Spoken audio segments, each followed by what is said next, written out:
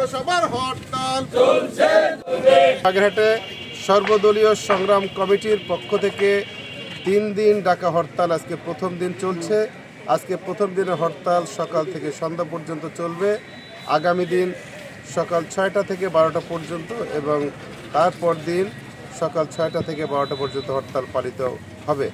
আমরা নির্বাচন কমিশন বারবার মেসেজ দেওয়ার চেষ্টা করছি।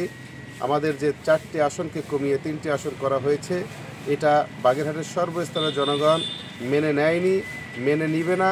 তারা ঘৃণাভরে এই সিদ্ধান্তকে প্রত্যাখ্যান করছে। তারই প্রতিবাদে আমরা বাগেরহাটের সর্বস্তরের জনগণ রাস্তায় নেমে হরতাল পালন করছি। আমরা আগামীকাল এবং পরশুদিন হরতালটা সংক্ষিপ্ত করার কারণ, যাতে করে বাগেরহাটের খেটে খাওয়া মানুষজন তাদের কর্মটা চালিয়ে যেতে পারে। এই সংক্ষিপ্ত হরতাল করা মানে এটা নয় যে আমরা কর্মসূচি থেকে ফিরে আসছি। আমাদের দাবি যদি নির্বাচন কমিশনার মেনে না নেয়, তাহলে আগামীতে আমরা কঠোর কর্মসূচির দিকে যেতে বাধ্য হব এবং সেই কর্মসূচির মাধ্যমেই আমরা আমাদের দাবি আদায় করে নেব ইনশাআল্লাহ।